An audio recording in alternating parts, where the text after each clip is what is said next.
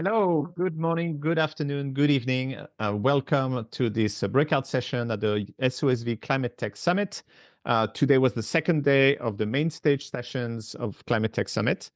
And it concluded, and you can now see all the sessions that happened on the SOSV YouTube channel. So this session is organized by one of our partners, DCVC, which is a very well-known deep tech investor. And they actually lined up some great speakers for us today. Among them, Zach Bogue, co-founder and managing general partner of DCVC, Rachel Slaybaugh, partner at DCVC, Milo Werner, general partner at DCVC, as well as two of their most successful portfolio companies, represented by Dr. Etosha Cave, co-founder of Chief Science Officer at 12, and Alex Rappaport, CEO and co-founder of ZwitterCo. So for this session, we have an hour. The first part is going to be a discussion between investors and the portfolio companies and an introduction of DCVC.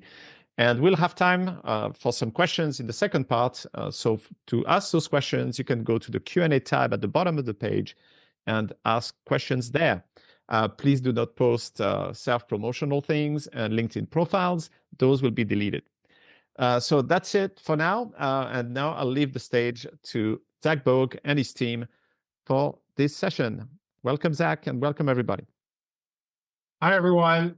Thank you for tuning in, and we're excited. And thank you to SOSV for having us. We're excited to be here today. As Ben mentioned, we've got three members of our climate investment team. And we're excited to have sort of more of a free-form conversation today, along with two of our portfolio founders. So first, I'll say that DCVC, just a little bit of background on DCVC. DCVC, we're a deep tech venture fund. We're about 15 years old with 4 billion AUM. And by deep tech, that means we like to back entrepreneurs solving hard real-world problems computationally, using AI or other advanced computational approaches. The way we think about it is we like to back entrepreneurs that have deep industry experience with access to a proprietary data set that are applying world-class machine learning algorithms. And the way to think about it is those algorithms operate on that data set, which enriches the data that feeds back into the algorithm, strengthening them, and you achieve this virtuous cycle. The output of that virtuous cycle is a massive reduction in the CapEx and OpEx required to tackle some of these hard real-world problems. At this point, we have three different fund families. We've got a biotech family of funds. We have our main funds, our flagship funds, and now we also have a climate-specific vehicle. We like to joke that we've been investing in the climate for 12 years at DCVC, and it became socially acceptable to talk about it to LPs about 2 or 3 years ago. And obviously, solving hard real-world problems in the climate are some of the hardest real-world problems out there. And our fund, DCVC Climate, likes to engage the Series B, and we'll talk more about sort of the missing middle or the valley of death in a little bit. But then the other way to think about it is these deep tech models of reducing CapEx and OpEx. So, as I think about all of you entrepreneurs out there, you're trying to dive into these climate sectors where the incumbents have been around for decades or hundreds of years. There's, in some cases, trillions of dollars of installed, fully depreciated infrastructure. And how do you hope to compete in that type of an environment? The way you do it is by applying these deep tech models to be able to do things 10x, 100x, 1000x better and disrupt the incumbents. So that's really what we're up to at DCVC. And I'll turn it over first to Rachel to introduce herself, and then Milo, who's tuning in from Boston, can introduce herself. Hi, I'm Rachel Slaybaugh. Great to see you all again. So I'm a nuclear engineer by training. So I've had a sort of non-traditional but exciting path to venture. So I was a nuclear engineering professor at Berkeley. And while I was doing that, I was a program director at ARPA-E. And at ARPA-E, I got to work on a bunch of different types of technologies. And I really loved getting to work on many pieces of the energy and climate problem and really working with companies to figure out how they can do exactly what Zach said. How do they actually disrupt and change things and bring clean technology forward? I ran Cyclotron Road for a year, an early stage hard tech incubator, And then I had the chance to join DCVC as they were launching their, publicly facing climate initiatives. And I felt like the Series B was exactly the place I wanted to go work because it is such a gap and an important part of getting these technologies commercialized. So here I am. Great. Hi, I'm Milo Werner. I'm new-ish to DCVC. I joined in June, and I bring a background of running industrialization and launch.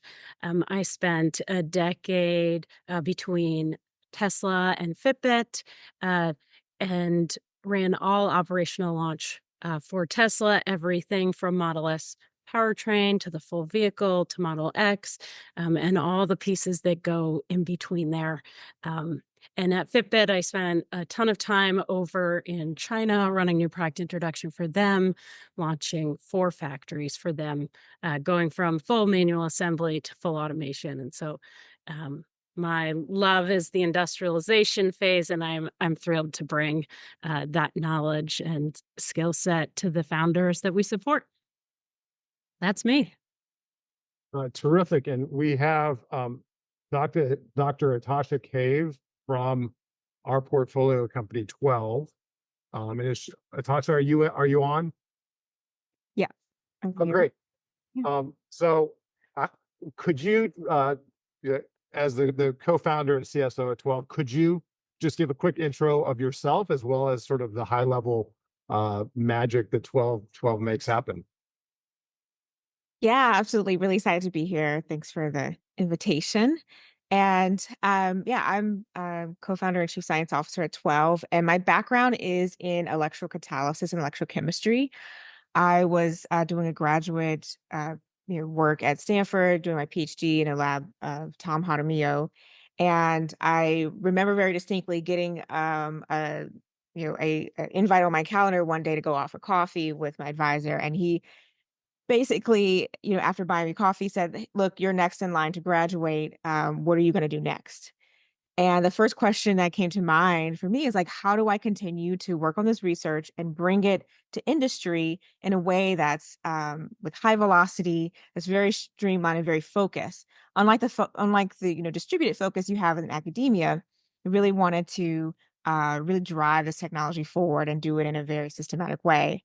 And so, I teamed up with 2 other graduate students at the time, and we got into Cyclotron Road, which Rachel mentioned that she ran after we had left, but we were part of the earlier cohort at Cyclotron Road, and built our first prototype. Built that database of just constant experimentation, changing new recipes, changing the way we optimize our system, scaling it up, re-optimizing the mass transport aspects of our cell, and then building our stack. And now we have a pilot that's in Alameda, where we have an entire skid that converts carbon dioxide into new molecules. And it's a direct scale up of that research that I was working on at Stanford. And we're also building our first commercial plant in Washington State. So we will be producing on a regular basis jet fuel. We call it E-Jet because it's made from electricity and CO2. And we'll be producing that on a regular basis in Moses Lake. Yeah, and I would say that we're really excited about 12 because in our view, they are the leader in the sustainable aviation fuel space. And the fact that they are sort of standing up this first commercial plant is pretty exciting. And we were just talking about the missing middle. And so just to double click on what we mean by that, in the climate tech space, there's a bunch of capital that is investing at the early stage. And then there's a bunch of sort of growth style capital. And in the middle, around the Series B, is what's called the missing middle or the valley of death. And recently, 12 announced a big amount of funding of both project finance and equity. And if you could just tell us a little bit about that announcement and who led. And I like to say that this announcement is what companies look like when they come roaring out of the valley of death. But Yeah, absolutely. We're super excited about that announcement. So it was made a couple days before Climate Week, and Zach and I got to be at the NASDAQ opening bell for Climate Week and talk about this funding. And so it was a really exciting moment. And yeah, I think overall the $645 million that was raised, it was co-led by TPG, private equity firm. They have their climate fund, multi-billion-dollar fund focused on climate initiatives and bringing, climate companies out of that kind of that missing middle and into that kind of growth phase where you're then kind of just turning the crank. So that was really exciting to have that moment where it was a significant milestone, not just for ourselves, but also for the greater sustainable aviation fuel ecosystem. And so, it brought a lot of confidence to our existing investors that we could, pool the financial resources to pull this off basically and continue to grow the company and grow the industry. It brought more confidence to our customers. We had so many more customers who were, in conversation with and certainly were engaged, but then they came back and they were really excited after hearing this announcement. And it just gave them more confidence that we could deliver as a team. And then it brought more confidence to our internal team. Just brought this like really huge alignment and really set expectations of the various teams. And what I mean by that is I've seen that, with engineering teams, you tend to have more of an orientation toward unit economics, that levelized cost to produce a gallon of jet fuel. And then our finance teams are looking more at, internal rate of return and cash flow. And, to bridge those two models, we had some ranges and theoretical milestones, but once TPG came on board with this new funding, it changed that theoretical into very concrete. And so now the entire team is kind of rallied around, having a roadmap to not only hit, but also beat the milestones that have been set out very holistically by TPG with that funding.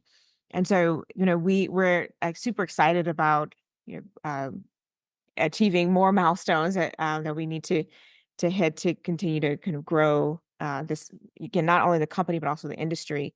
And our CFO, Jimmy Chuan, often says that this reminds him of the early days of solar, where, you had this new technology, it was just coming out of the lab, it was coming down the cost curve, and it was kind of meeting those first inflection points where you're building those early plants. And then, you can start to create more and more adoption from there, but you have to get that first plant built. You just have to build it.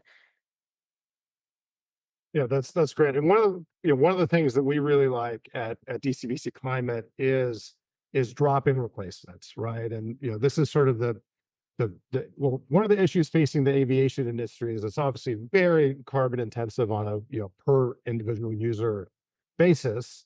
And planes have a useful life of like 30 to 50 years, and there's tens of thousands of planes out there. So how do you actually decarbonize that? And it's with a drop-in replacement. So, but what is sort of the pathway to and I don't know if you're disclosing timelines right now, but what's the pathway to sort of when there will be planes in the air flying with E-Jet in them? Yeah, for sure. I mean, yeah, like you said, don't want to like and some of your current customers that become announced customers and contracts. Yeah, absolutely. So I mean, if this particular webinar is an annual one, I mean, I think, coming back next year, we not that I'm inviting myself, but I next year we'd have another exciting announcement along those lines of again, not just having our first delivery, because we delivered our first jet fuel in 2021 with an Air Force contract. So it's really about having that regular delivery is now our next milestone. And so yeah, we're really excited about that future. I'll also say too that when I think a lot about airplanes, you're absolutely right. Like you can't design a plane out of the fact that you have to use liquid hydrocarbons. Like that is the core, and the big amount of emissions come from those liquid hydrocarbons. So you really have to address the fuel. And so we're saying, like, let's not redesign airplanes. Let's just like use the planes we have and make this fuel that's made from electricity. Instead of making an electric plane, let's make fuel from electricity so that we can decarbonize the way we fly, and we can continue to connect through aviation, through flight. and have that industry grow and not compress, but grow with this electric fuel. And I will say that that journey to product market fit was one that took some time. We have a very platform technology, so we can accept CO2 from many different sources. We can make different products. And so when we're starting off, it was, we were actually, I remember we flew out to a corn ethanol plant because we had a huge value proposition around corn ethanol where we could make more ethanol from the CO2 that they emit in the corn ethanol process. And I remember standing there with our hard hats thinking about like, okay, how our technology could fit within the scope. And, not knowing that it was actually the plane ride that we were on that would actually bring us that product market fit to make fuels that are of lower emissions and decarbonize that industry. Whereas with, corn ethanol, there's other ways to kind of address those emissions. And in a lot of ways, we still use that CO2, but we make jet fuel instead of more ethanol. The joke about early stage investors in Silicon Valley is early stage investors often invest in two guys, their dog, and a backpack. And it wasn't quite that when DCVC invested in 12, but it was like 10 electrocatalysis experts and a postage stamp. The postage stamp was a small but working piece of the catalyst. But could you describe a little bit more about how the actual chemistry works of how you guys take CO2 and produce jet fuel? Yeah, absolutely. On that postage stamp that Zach mentioned, which is now about the size of a desktop monitor. So we scaled it up. We did 4 iterations of scale up over 700x larger than that initial postage stamp. And within that postage stamp, it's just like a black. We spray on this black ink, and within that black ink is our metal nanoparticles that basically is where all the engineering happen. So we learned how to engineer these metal nanoparticles to take carbon dioxide and water in the presence of electricity to break down that CO2 and water molecule into smaller atomic bits and then reform those atomic bits into new molecules. And those new molecules can go on to become jet fuel. And so, all that chemistry is happening right there at that, that black ink that's on this substrate. Now, you can't just have just the electrode or the catalyst itself. You need everything around it to make it work. So you need all the channels that bring the CO2 to the catalyst and bring the water and the electrical connections and make sure that everything is, within a sealed stack. So we stack our electrodes up, and then we have the piping and the valves and so forth that go around it. So it's definitely more than just that postage stamp that had to come together. And the rest of that engineering is what the funding that DCVC led was allowed us to be able to start to build that and really make that a tangible product. And now if you come to our Alameda site, you'll see we have 3 of these skids, which have that entire system, that entire ecosystem of that postage stamp that's now again 700x larger, and it's all kind of working together to convert CO2 into new molecules. That's great. And so you're mentioning new molecules, so it's roughly like 20% of the output of the facility goes to EJet, and then the other. Could you talk about what the other 20% is and where that can eventuate, or what that will help decarbonize? Yeah, so it's 80% goes to EJet, and the other 20% goes to naphtha.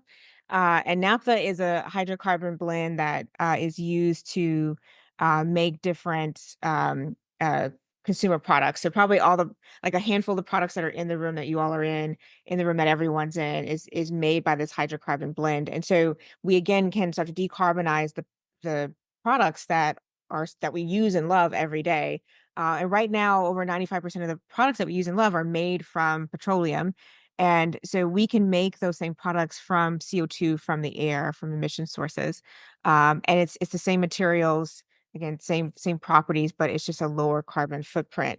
And so we're really excited about announcing partnerships that are in the works. Again, like a year from now, hopefully there'll be a new things we can talk about and new announcements that we'll have, a new products that are out there in the market from our molecules.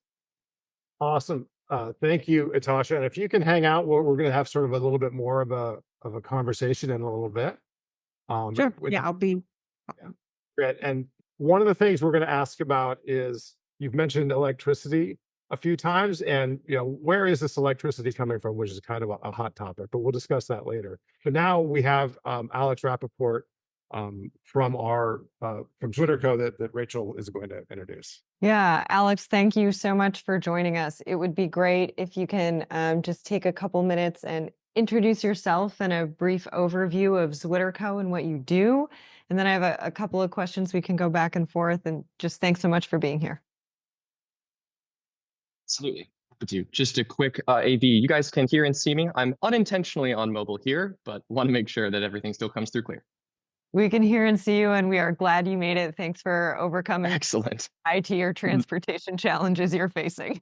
We're a Teams company. It is what it is. Anyway, so very nice to be here with everybody. To quickly summarize, what we do at ZwitterCo is we make the world's first membrane filters that do not clog.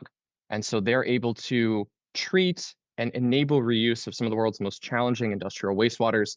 And it's coming at a time where our industrial economy is facing water scarcity, rising costs, changing availability, changing regulation around water and water access at a pace that is really hard for industrial manufacturing plants to accommodate.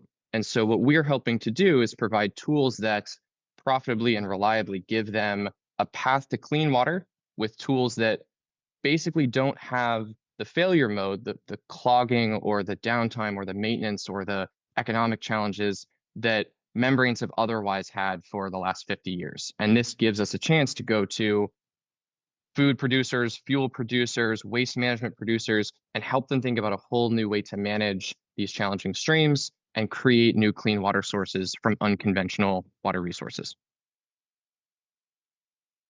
And Alex, you and Etosha share this magical quality of making drop-in replacements for vitally needed products.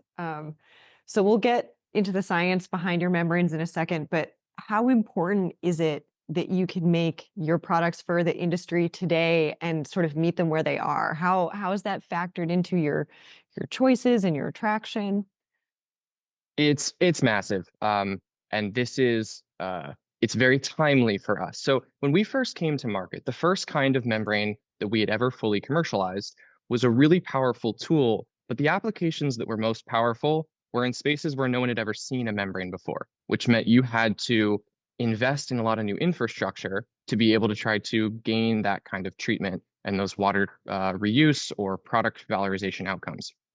About 10 months ago, we had finally scaled up a second product that really was designed around this drop-in retrofit style implementation model. There's a lot of membrane systems in the world today treating things like landfill leachate, or that are trying to recover effluent after biological processes.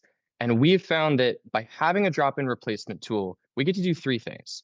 One, we get to be acutely responsive to some really urgent challenges that customers face who cannot bear needing to pilot and technically de-risk and then eventually invest in new capital infrastructure. We've been able to have about a 500% increase in our distinct customers and distinct projects awarded in the last 10 months, purely on the basis of being able to deliver on a 1 to 2 week turnaround time for these existing struggling installations. The second thing that's been really powerful is by having a easy to access product, it helps the market understand what zwitterionic technology is. It helps them see, oh, if this can help me in an incremental way here, imagine what could the rest of ZwitterCo's portfolio do for me. So we now have solutions companies or engineering consulting firms who are asking us, let me try your first product here, but help me reimagine my entire flow sheet in this more complex application where the fact that you have multiple tools means we can solve a broader and more diverse set of challenges. And the third thing that's really exciting is it helps give our team a lot of different kinds of sales models. We can have fast adoption, quick turnaround projects. We can balance that with very large transformative projects. And a lot of times we'll see multiple of our products showing up inside a single flow sheet. So we really have thought about plug and play as a product development priority. And we're seeing that having more than just the immediate value of that new product, it helps make the entire product platform more accessible. Okay, I'm not gonna lie. Alex, I know your story and strategy. I haven't heard you articulate it maybe fully in a while. That's super exciting. That's awesome. I'm really glad that it is actually shaping out the way you hoped that it would. Um, so on that note, what actually are Zwitter ionic copolymers and why are they so useful? Yeah. So starting with is, and easiest analogy here is a coffee filter, right? It's a semi-permeable barrier. You can filter things through it, and your membrane's going to reject whatever contaminants based on the size of the pores. For the last 50 years, membrane technologies have been made from thermoplastics, polymer materials that like to stick to fats, oils, greases, proteins, the kind of organic constituents you often find in wastewater or that show up in more polluted surface water. That makes it really hard to filter because when your membrane clogs up, you're looking at either a ton of maintenance and a ton of cost, or you're just in an inoperable zone where the filter won't pass water. What we make our membranes using the most hydrophilic polymers really in existence, which are Zwitter ions. So Zwitter ions have a carbon backbone that allows you to copolymerize them with interesting materials where you can control the architecture. But Zwitter ions are so hydrophilic that they are hygroscopic. They'll wick moisture out of the air and swell into a gel. So in the manufacturing process, we work in a humidity-free environment. When we make membranes out of Zwitter ions, you end up with a surface that only likes to stick to water. And it's not just that that is a two-dimensional property, it's a three-dimensional property because you have to make the membrane porous and you have to have that preference for the material to stick to water, both the surface of the membrane and all the way through the pore structure. So by making membranes that only stick to water instead of sticking to these more challenging industrial contaminants, we can go, a normal membrane might be struggling if it's experiencing part per million levels of oil in water or part per billion levels of some dissolved organic species.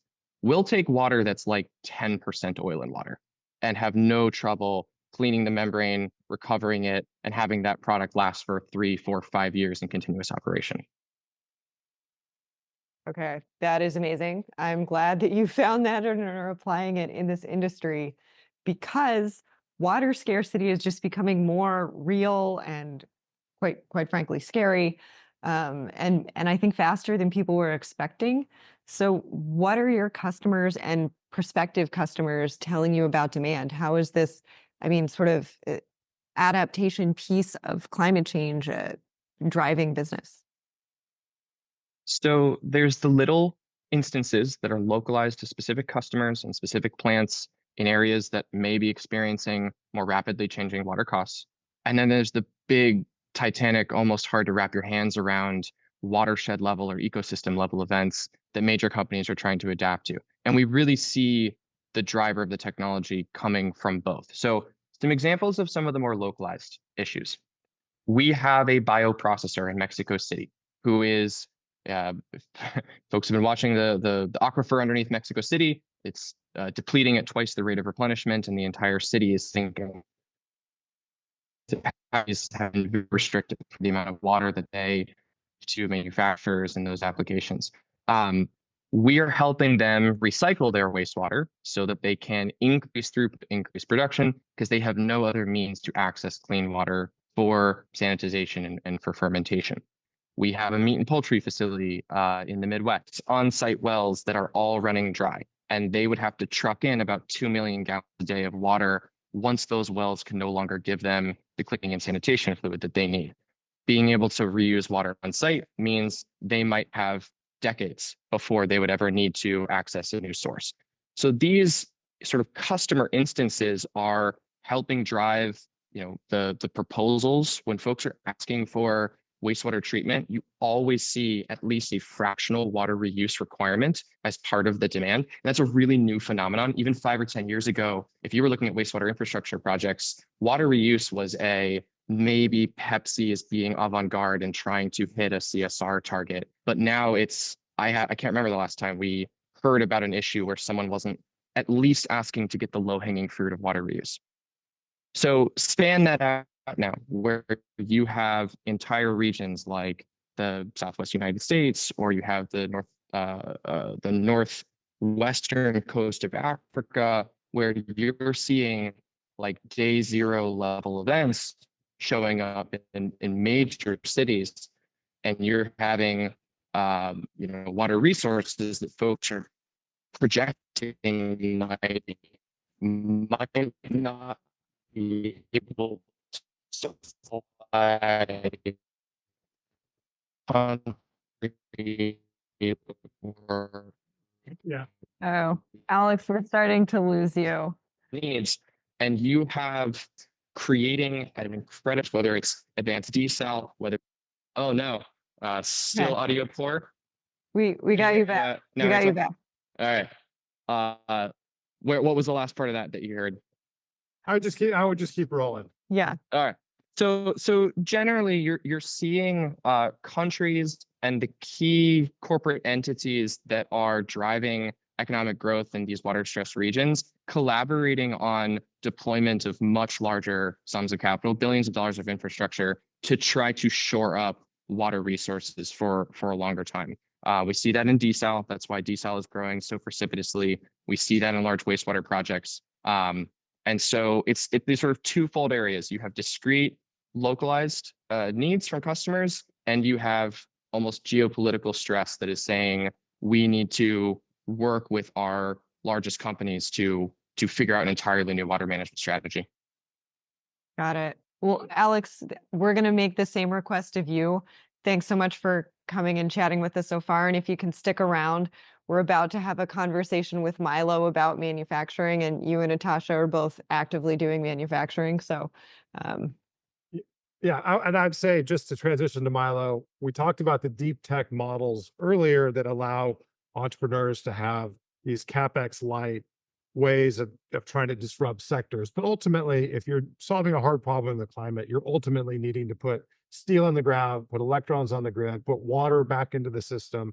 And that requires real world embodiment and manufacturing. And Milo's got some great perspective on that. So maybe take it away, Milo, and try and pull in Alex and Etosha, both of whom are building new types of manufacturing facilities.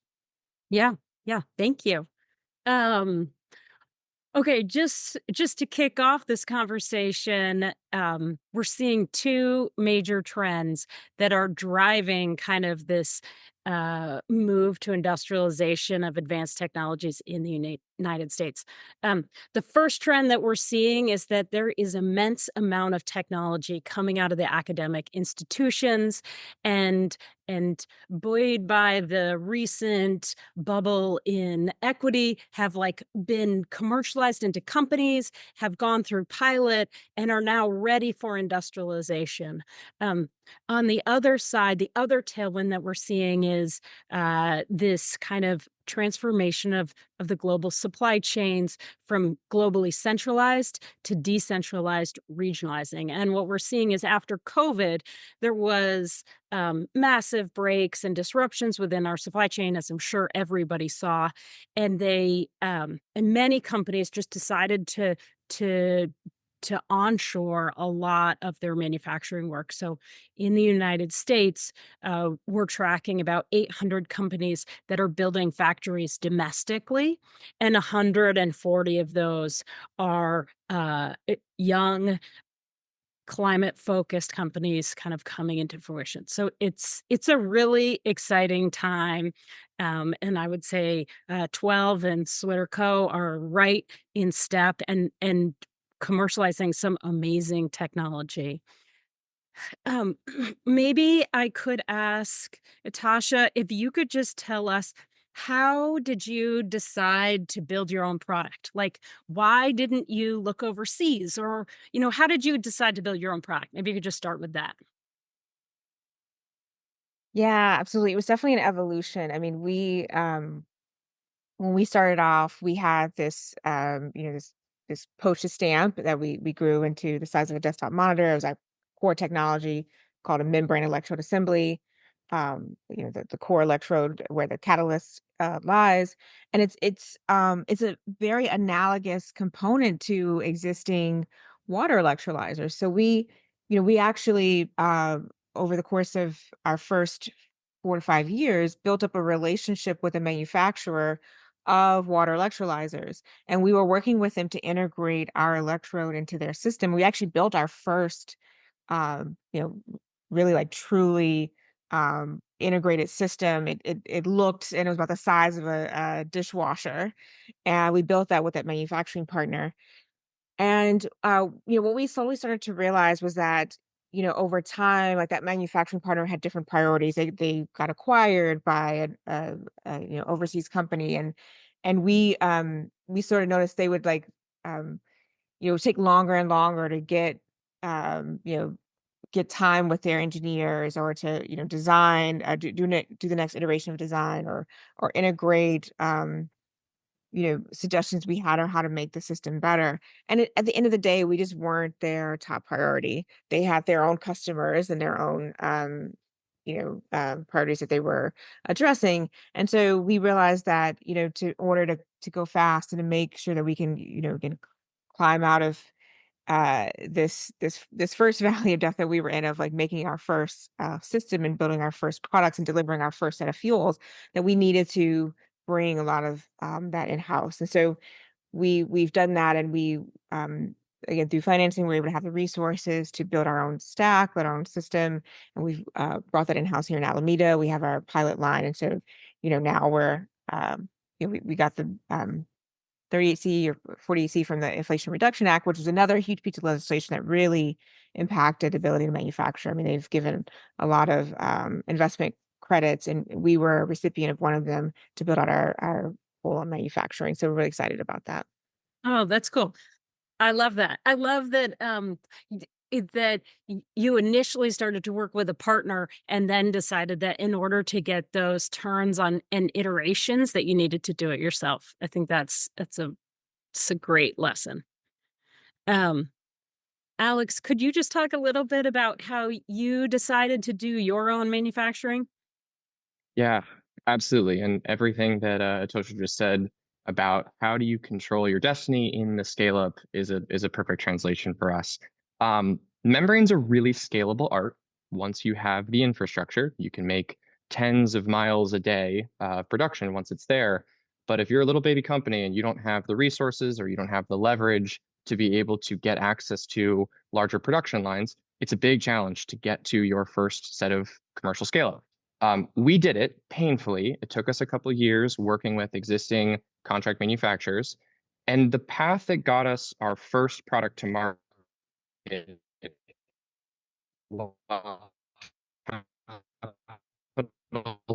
light also told us how penned into a box would be for future product development, R&D, and scale up and design. So we developed an innovation center. Point, we're doing 100 times the R&D throughput and scale up because we have access to every step of the production that we would need all under one roof. And the structure has been already demonstrated manufacturing quality and to be able to work with much more complex chemistries, which is super powerful for how our products need to perform. Oh, it's so interesting. It's kind of like you both took away, started working with suppliers that knew how to build this stuff, learned some lessons, and then took those lessons away and did it yourself at a much faster rate, which is really, really interesting. And Milo, I also add to that too, because I mean, you mentioned, you kind of hinted this in your intro about going from fully manual to fully automated. I think even though we learned the lesson that we needed to bring it in house, I think there is something about leveraging existing manufacturing sites to get those early prototypes there, to get that early like learnings around manufacturing itself, and then bringing it in at the appropriate time. We also learned that lesson about, again, like going manual to automated, like it. Sometimes like, those lessons are almost needed to learn by going in the way that you can move the fastest. And then once that pathway is no longer the fastest way, then, switching to something or pivoting to something that can get you to the next milestone. Yeah. Yeah. I mean, just to to double click on that, many people don't know, but Tesla actually didn't make the Roadster themselves. Initially, they partnered with Lotus because they didn't know how to make a car. So they partnered with Lotus over in the UK. Lotus essentially taught us how to make cars, and then they launched the Fremont factory making the Model S on like leveraging all the lessons that they learned that Lotus taught them, the supplier relationships that they were able to build. So I think your point about, you need help learning to walk, and then you can walk on your own, and then you can walk faster, and you can begin to run. And yeah, it's a great point. Milo, I have a One- question. Oh, go ahead. Oh, Go ahead. I have one question for Etosha. I was wondering if you could talk a little bit about when you what got investors comfortable to make this kind of larger investment. Like, what were they looking for? Were they looking for like a certain size working prototype? Were they looking for customer engagement, signed contracts? Could you just give us an idea of like what were the milestones that you had your eyes on that you knew would kind of unlock this next step of capital? Yeah, it's really all the above. And one of the things that was really tricky for our industry is that you know, i- financiers wanted to really see long-term offtake agreements. So they wanted to see the customer committing to, multi-year contracts of paying for the product. Well, in the airline industry, that is not the status quo. Usually airlines pay for spot pricing, and it's pretty rare that they will engage in a long-term contract. So we first had to engage with the customer and say, like, look, we are a new industry, we are a new company. If this demand is really meaningful to you, we need to have a commitment. And so we were able to capture that with our partnerships. So we announced partnership with IAG, and then Alaska Airlines as well, in collaboration with Microsoft. And so that was one piece of the puzzle. The other piece, as you mentioned, was you know having a lot of the technology built out, showing that we could have the pilot, here in Alameda, that were able to manufacture our core electrode, manufacture our stack, and make repeatable units of that. And we had the data to show that was we were capable of that. And then the third piece was bringing other resources to the table, because we haven't yet been an investor who wants to go all in alone. Like, usually a lot of investors want to spread out the risk. And I mean, you all can probably speak more to this than I can. And so, showing that we could bring other investors to the table and bring them along, even though, TPG was a co-lead for this, like there were other entities as well that said, like, okay, we will agree to those terms that TPG has set out, and that we will, even with the project level, that we will co-invest with TPG. That's awesome. That's really cool. Okay. I think we could well, first I wanted to just ask Alex, do you have any kind of like last thoughts that you could share with our audience that might help them, make this leap to the next stage? Lessons that you learned, experiences that you had that you feel like are really, open doors for you? For us, I think there was a comment that Etosha made just about what it looks like as you get through the first stages of product market fit and what that requires. Coming all the way back to the discussion of plug and play, and coming back to kind of having enough time on the job with your customers as you are seeing them experience what the products are doing for them in a live and commercial environment. We're now able to talk about supply agreements where we're looking for much larger volumes, because I can point to 10 or 15 references of the same customer outcome that we've seen, where we spent a much experience what the product did, helping learn with them, helping us write the SOPs that their team now operates with. And it just it is a bit cliche, but to do everything in your power not to gloss over that early stage selling phase where you've made a number of sales, you have product working, you're in that phase where 6 or 12 months of operating history is just the most important thing that you can be on a learning journey with a repeatable and sociable set of customers so that you have that foundation for launch. And once that foundation is real, all of your ability to access capital, to think about larger production and strategic decisions that you're going to make are based in that foundation of market validation. And we learned some of those lessons the hard way, as I think a lot of hardware companies do. But plug and play helps, honestly. Yeah, that's great. Okay. We have some questions in the chat that we could go to, or we could that are kind of relevant to this conversation that I'd like to surface, if it's okay. I think one of the questions that we have were, was there a framework like the TEA, echo analysis, excuse me, that your investors used to help measure how ready you were for industrialization? Yeah, I can go first. I mean, we, so our first kind of indirect investor. I mean, they weren't on a cap table, but Cyclotron Road was our first major program that had brought funds to bear for this technology. And they, from even before we applied, part of the application, it was to get our first pass of our techno-economic analysis down. And so that, that was the first step of many iterations to do both a tops down and then a bottoms up techno-economic analysis. And even, with the climate fund, when we were, engaging in due diligence with both Rachel and her partner Matt at the time, we definitely had several dedicated sessions to the techno-economic analysis. And even with TPG, in their milestone funding, they highlight different techno-economic milestones they want us to hit. So it's definitely an underpins the entirety of our investor relations from the very beginning to even as we move forward.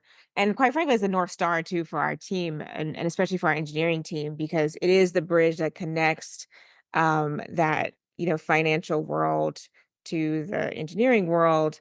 At least is the first step of the bridge. There's many pieces of that bridge. But kind of having engineers understand that, your specific component that you're working on for the system, while it might be tempting to say, like, how can I make this cheaply? But actually, if your component affects the performance, if it affects the durability, you might need to make it more expensive so that it's more durable, because that has the greater impact. That's a bigger knob to turn. And that's really what the techno-economic analysis does, is like provides that North Star and that context of like where your piece fits in the greater puzzle. And then, coming down that cost curve, like how you're going to then bridge over to the finance side and increase your internal rate of return, because you're just, taking your revenue, subtracting your costs or your unit economics, and that's, what builds your return. So it's a really powerful core foundation. It's not the only model that one should make, but it's certainly I would say the first one.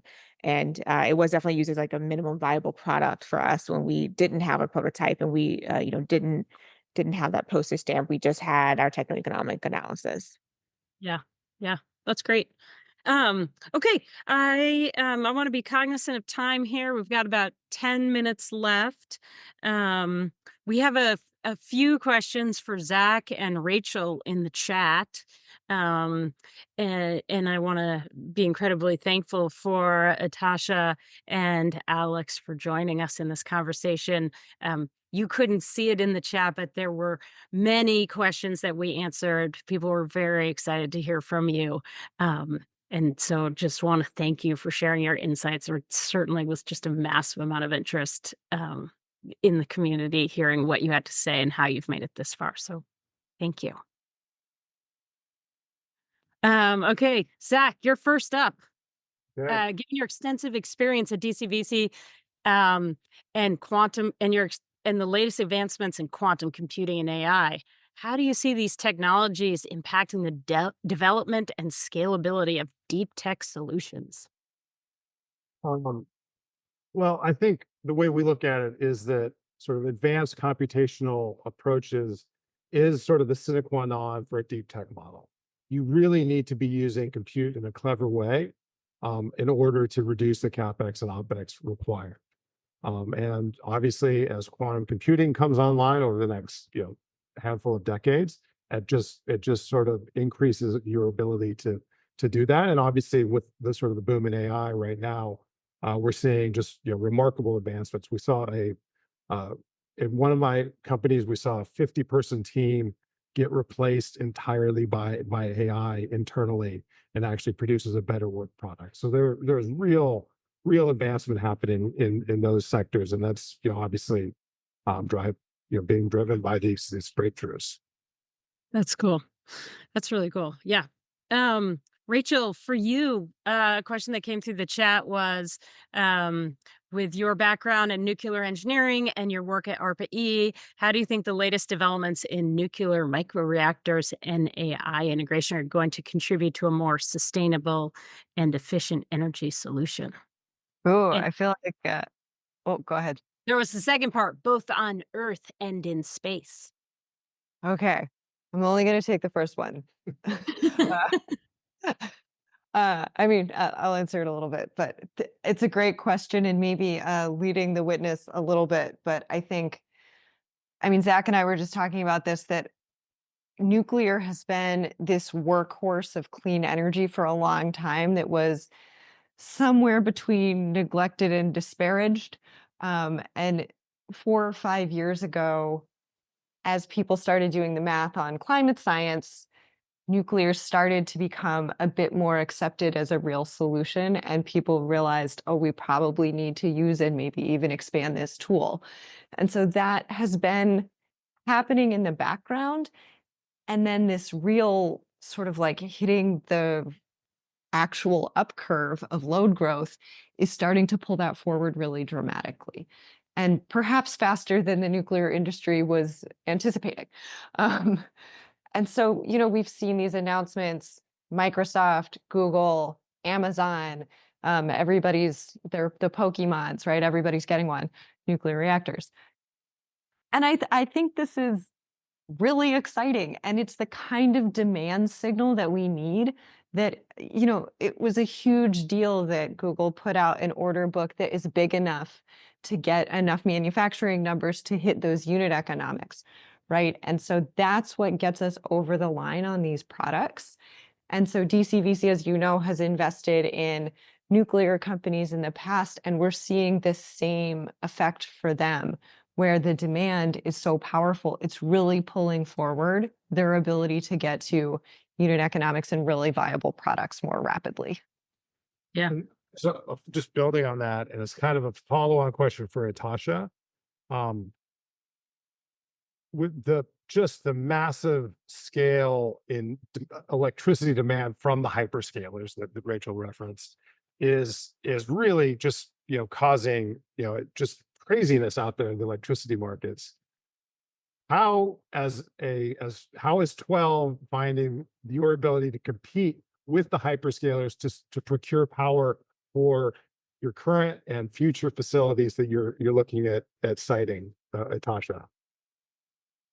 Yeah, absolutely. We're definitely in a electricity race with data centers, AI companies, crypto, so forth. I mean, so far we've had a really strong team that's been able to go out and find the areas where there is maybe an existing substation that doesn't have maybe the fiber that a data center would need and is maybe too expensive to put in place. And so, we can go in and secure those sites through, an option or other types of kind of agreements to have that site ready for us when we need it. So we're kind of building up this portfolio of sites that would be available. But it's definitely, as we grow and, we've grown alongside these computational companies, it's definitely going to be more and more, competitive. And, in some ways, I'm hoping that this competition drive actually leads to an opportunity for companies such as Microsoft, who's already sort of partnered with us through Alaska Airlines, to say like, hey, you all need electricity too, and we will step in and, build some of those nuclear reactors and build out some of this electrical grid and and work complementary with us where, we could take, we can throttle back our systems. We don't need to be like 99.99% reliable.